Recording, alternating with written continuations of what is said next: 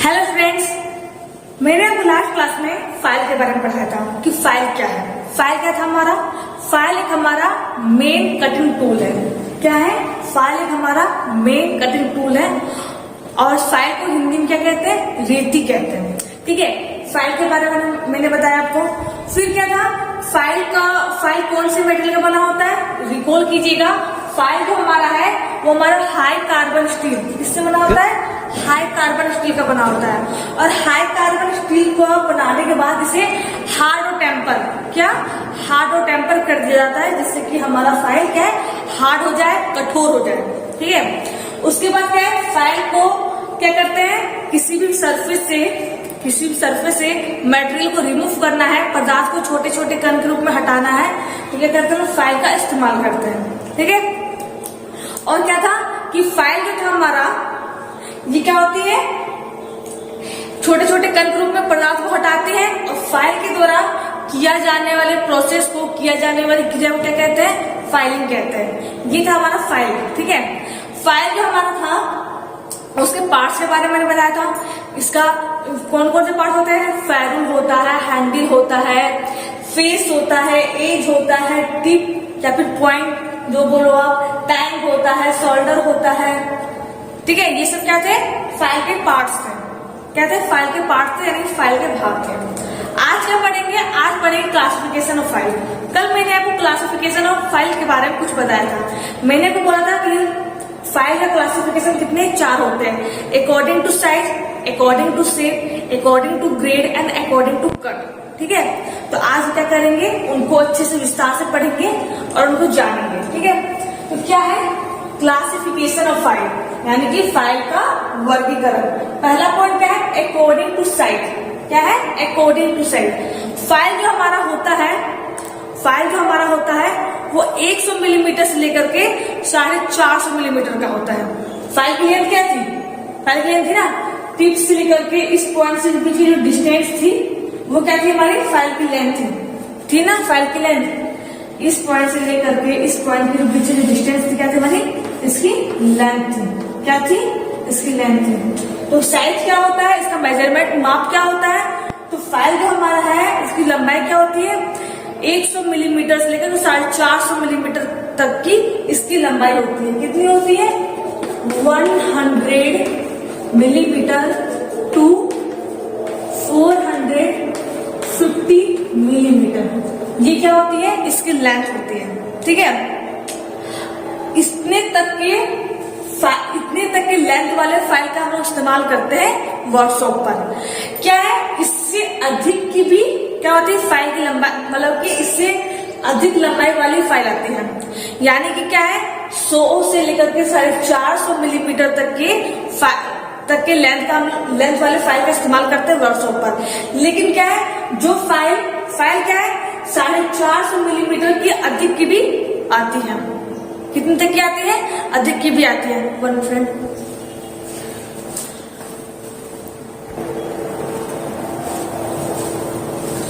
Sorry friends, तो क्या है? फाइल की लेंथ कितनी होती है? 100 मिलीमीटर से लेकर के 450 मिलीमीटर तक की फाइल की लेंथ होती है, लंबाई होती है। लंबाई क्या होती है? टिप से लेकर के हील तक की जो बीच की डिस्टेंस होती है वो इसकी लंबाई होती है। जो फाइल क्या होता है? 450 मिलीमीटर के अधिक के भी आते हैं। ठीक है, 450 मिलीमीटर जो हमारा लेंथ है, इसके अधिक लेंथ वाले भी फाइल आते हैं। ठीक है, तो उस फाइल का क्या है? हम लोग हाथ से इस्तेमाल नहीं करते। ठीक है, उसका मैनुअली इस्तेमाल नहीं किया जाता है, उसे ऑटोमेटिक इस्तेमाल किया जाता है। मतलब कि उस फाइल को क्या करते हैं?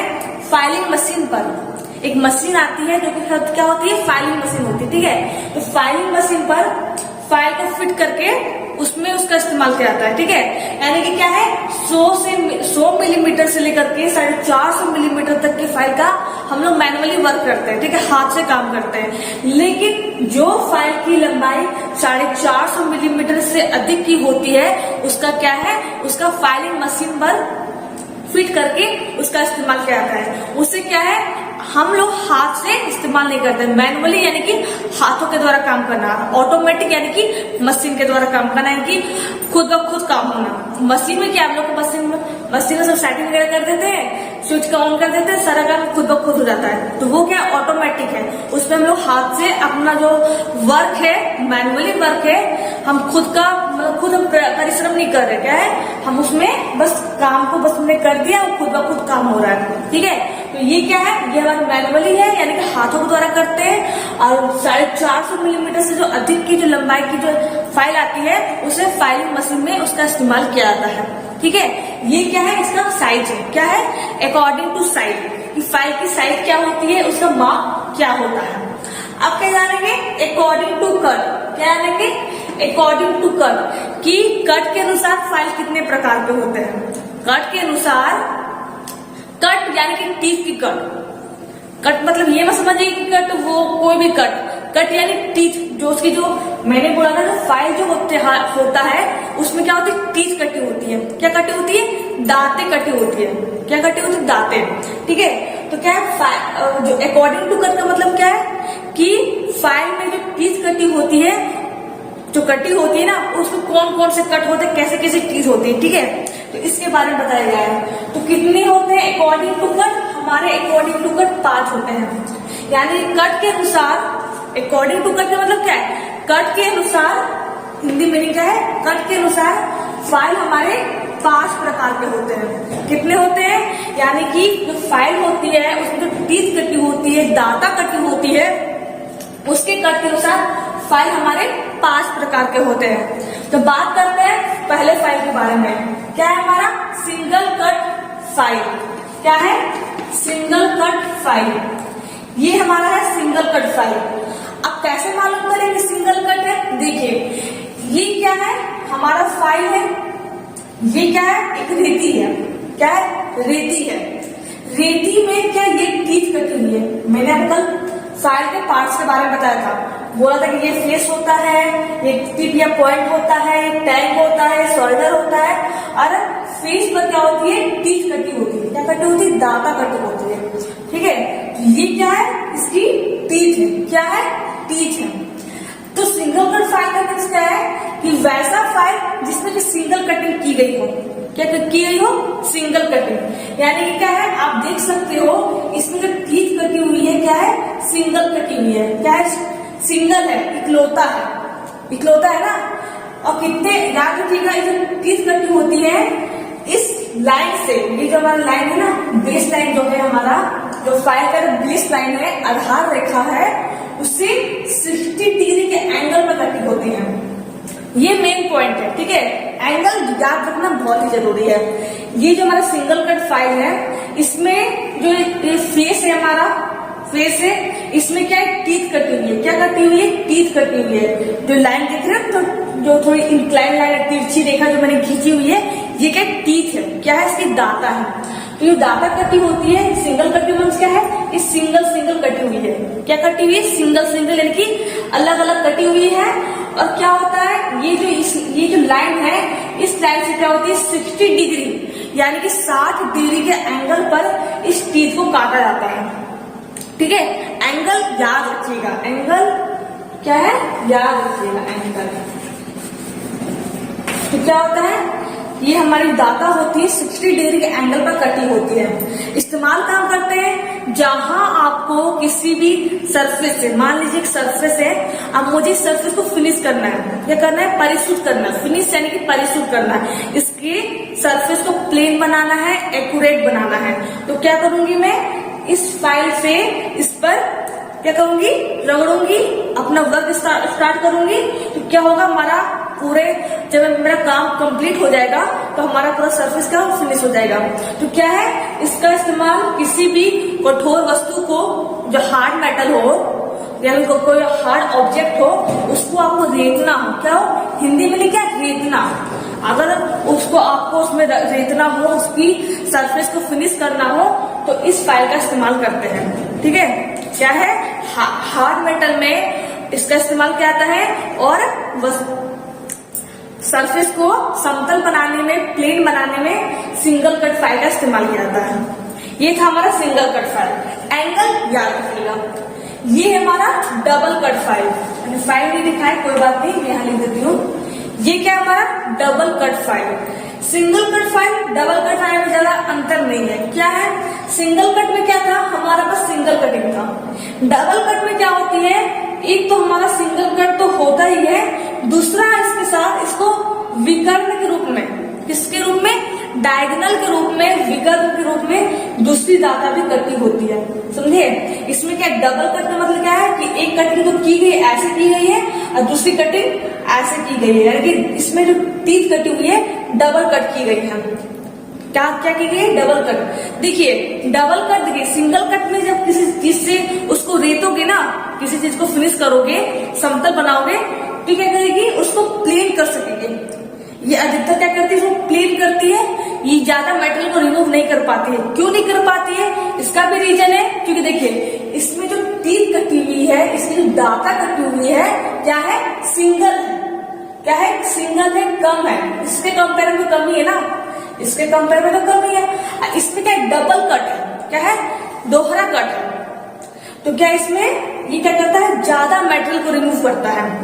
अगर आप किसी भी चीज से क्या करना है, उससे उसके सरफेस से मटेरियल को रिमूव करना है ज्यादा मात्रा में, क्या है, ज्यादा क्वांटिटी में अगर आपको मटेरियल को रिमूव करना है तो हम लोग डबल कट फाइल का इस्तेमाल करते हैं।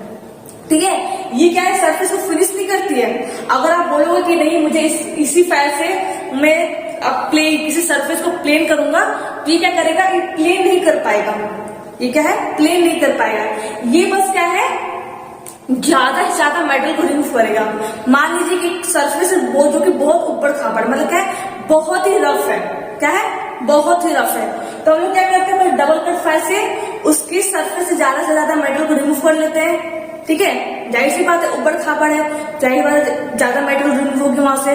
तो क्या है, ये डबल कट फाइल क्या करता है, ज्यादा से ज्यादा मेटल को रिमूव करता है किसी भी सरफेस से। क्या है, किसी भी सरफेस से, किसी भी सतह से ज्यादा मेटल को रिमूव करता है, लेकिन फिनिश ये नहीं करता है। अगर आप सोचोगे कि मैं इसको फिनिश कर दूंगा किसी भी सरफेस को, तो ये फिनिशिंग काम नहीं करती है। ये क्या है, ये फिनिशिंग काम नहीं करती है। अगर आपको फिनिशिंग करना हो तो आप सिंगल कट फाइल का इस्तेमाल करेंगे। ठीक है, तो डबल कट फाइल क्या है, जो कि ज्यादा मात्रा मेटल को रिमूव करता है, इसके कंपेयर में, सिंगल कट फाइल के कंपेयर में डबल कट फाइल क्या है, ज्यादा मात्रा में मेटल को रिमूव करता है। सिंगल कट फाइल क्या है, ये भी मेटल को रिमूव करता है, लेकिन इसके कंपेयर में कम करता है। क्या है, इसके कंपेयर में कम करता है, लेकिन क्या है, इसमें खासियत ये है कि ये क्या करता है, सतह को शुद्ध बनाता है, परिशुद्ध बनाता है, फिनिशिंग कर देता है, सिंगल कट फाइल। ठीक है, याद रखिएगा, इसका जो एंगल होता है, इसमें क्या, देखिए इसमें जो टीथ कटी हुई है, ये 60 डिग्री कटिंग है। इसमें कटी हुई है 60 डिग्री पर। इसमें क्या होती है, देखिए इसमें एक दाता ऐसे कटी हुई है, एक दाता ऐसे कटी हुई है, दो दाता कटी हुई है। जाहिर सी बात है, एक क्या होता है हमारा 70 डिग्री पर, कितना, 70 डिग्री पर एक दाता कटी हुई होती है, और दूसरी दाता कितनी कटी होती है, 51 डिग्री पर। याद रखिएगा, जिस तरह यहाँ पर 60 डिग्री में दाता कटी हुई है, टीथ कटा हुआ है, यहाँ पर क्या है, एक दाता कटी होती है 70 डिग्री पे कटा होता है, और दूसरी दाता क्या होती है, 51 डिग्री पे कटा होता है। लेकिन अब ये भी ध्यान दीजिएगा, ये तो मैंने आपको बताया है। अब क्या है, आपके पास अगर बुक होगा तो आप बुक खोलोगे तो उसमें क्या है, डिफरेंट एंगल, यानी कि इसकी जगह पे कोई और एंगल भी हो सकता है। ठीक है, बुक में क्या है कि अलग अलग बुक में अलग अलग एंगल दिया गया है। ठीक है, आप इसका भी देखोगे 60 डिग्री का, तो किसी में क्या 75 डिग्री दिया गया है। सिंगल कट फाइल में क्या है कि ये मैंने 60 डिग्री आपको बताया है, किसी किसी बुक में क्या 75 डिग्री दिया गया है। तो क्या है, आपको क्या निमी पैटर्न को अपनाना है। निमी बुक में जो एंगल दिया गया है आपको उसी को अपनाना है। ठीक है, आप डिफरेंट बुकों में देखिएगा, आप बस निमी को देखिएगा, आप निमी का बुक को कवर कीजिएगा। इसमें क्या होती है, एक कट तो 70 डिग्री पे होती है, जो टीथ कटी होती है ना 70 डिग्री पे कटी होती है, और दूसरी जो टीथ कटी हुई होती है, जो डायगोनल होती है, डबल जो होती है, वो हमारी 51 डिग्री पे कटी होती है। ठीक है, एक होता है ओवर कट, एक होता है अप कट और ओवर कट होता है। इसमें क्या सिंगल होता है, इसमें डबल होता है। इसमें 60 डिग्री होती है, इसमें क्या होता है 70 डिग्री की दाता होती है, एक दाता क्या होती है 51 डिग्री की होती है। लेकिन मैं बार बार बोल रही हूँ, डिफरेंट बुक में डिफरेंट एंगल दिया गया है। आप किसको अपनाओगे, आप निमी को अपनाओगे। निमी में जो एंगल दिया गया है आपको उसी को अपनाना है। ठीक है, ये भी मैं निमी से बता रही हूँ, लेकिन अगर आपको बस कोई और बुक होगा तो आप बोलोगे मैम ने गलत पढ़ाया है, मैंने गलत पढ़ लिया, ऐसा कुछ नहीं है। आप क्या है, आप निमी को अपनाओ, निमी इज बेटर। ठीक है, तो ये सिंगल कट हो गया, हमारा डबल कट हो गया। बात करते हैं अगले कट के बारे में।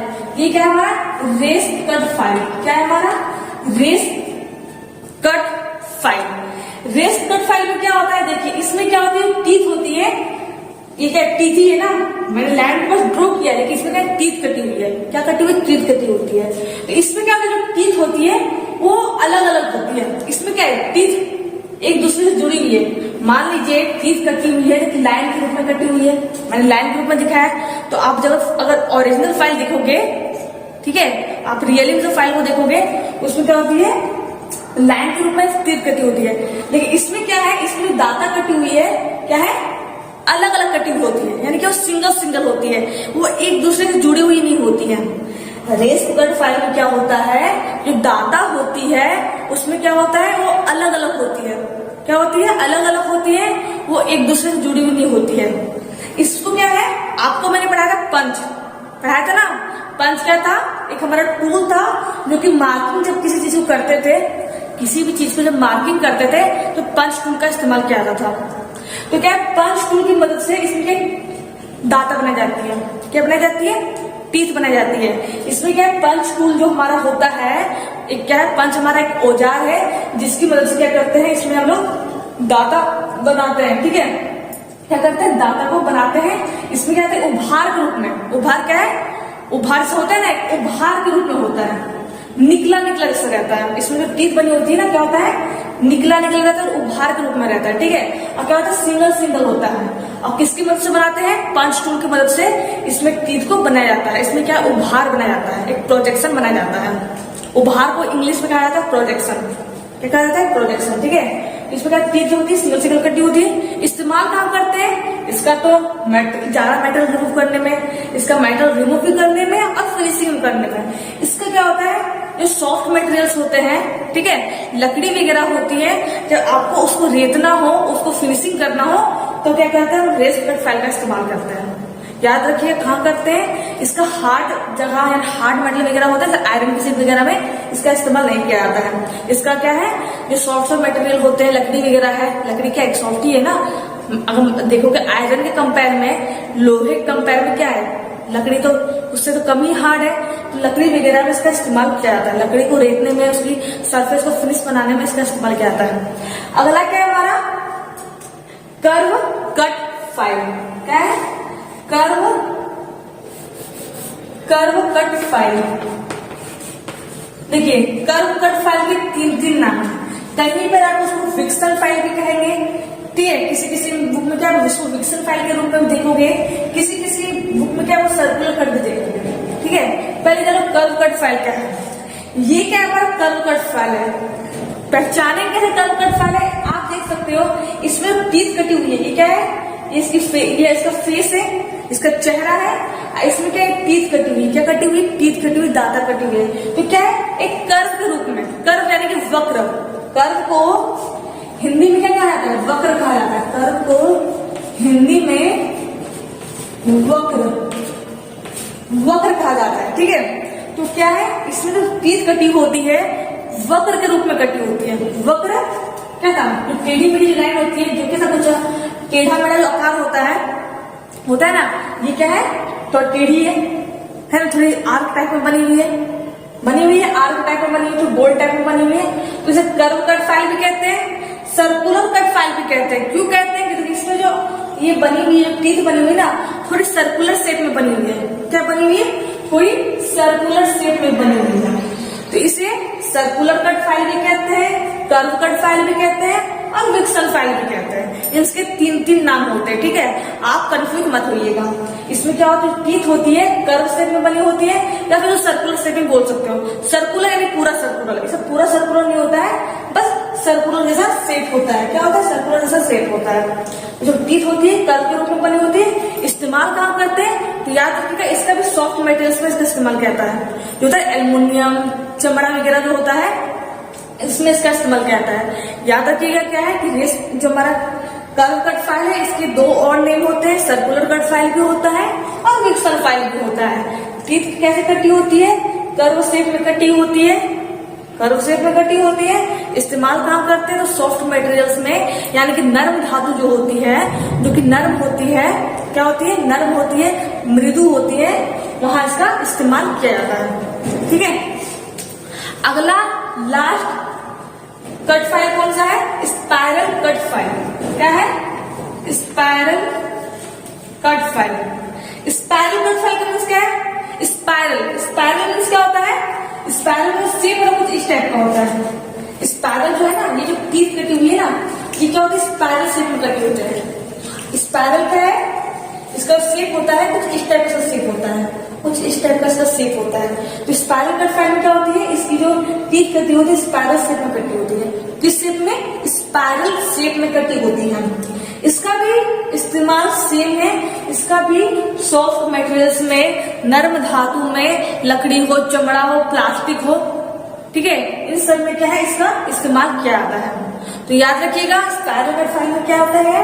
ये जो टीथ होती है स्पाइरल शेप में कटी होती है। इसकी देखिए, आप इसकी टीथ देखिए क्या है? थोड़ी स्पाइरल शेप है, ये इसको कहते हैं स्पाइरल शेप, क्या कहते हैं? इसको कहते हैं स्पाइरल शेप। ठीक है, स्पाइरल शेप में कटी होती है। इस्तेमाल कहाँ करते हैं? इसका इस्तेमाल सॉफ्ट मटेरियल्स जो होता है, नर्म धातु जो होती है, वहां इसका इस्तेमाल किया जाता है। तो फ्रेंड्स, आज आपने अकॉर्डिंग टू साइज के बारे में जाना और अकॉर्डिंग टू कट के बारे में जाना। ये अकॉर्डिंग टू कट यानी कट के अनुसार फाइल कितने प्रकार के होते हैं? Single cut file, double cut file, raised cut file, curve cut file और स्पाइरल कट फाइल, इन सब के बारे में बताया। अगले क्लास में क्या करेंगे? अकॉर्डिंग टू ग्रेड की क्लासिफिकेशन क्या है? 4 कलर क्लासिफिकेशन थे ना, according to shape, according to size, according to grade and according to shape. ठीक है, अगले क्लास में क्या है? अकॉर्डिंग टू ग्रेड के बारे में जानेंगे कि अकॉर्डिंग टू ग्रेड यानी ग्रेड के अनुसार फाइल कितने प्रकार के होते हैं। ठीक है फ्रेंड्स, आज के लिए बस इतना ही। Thank you.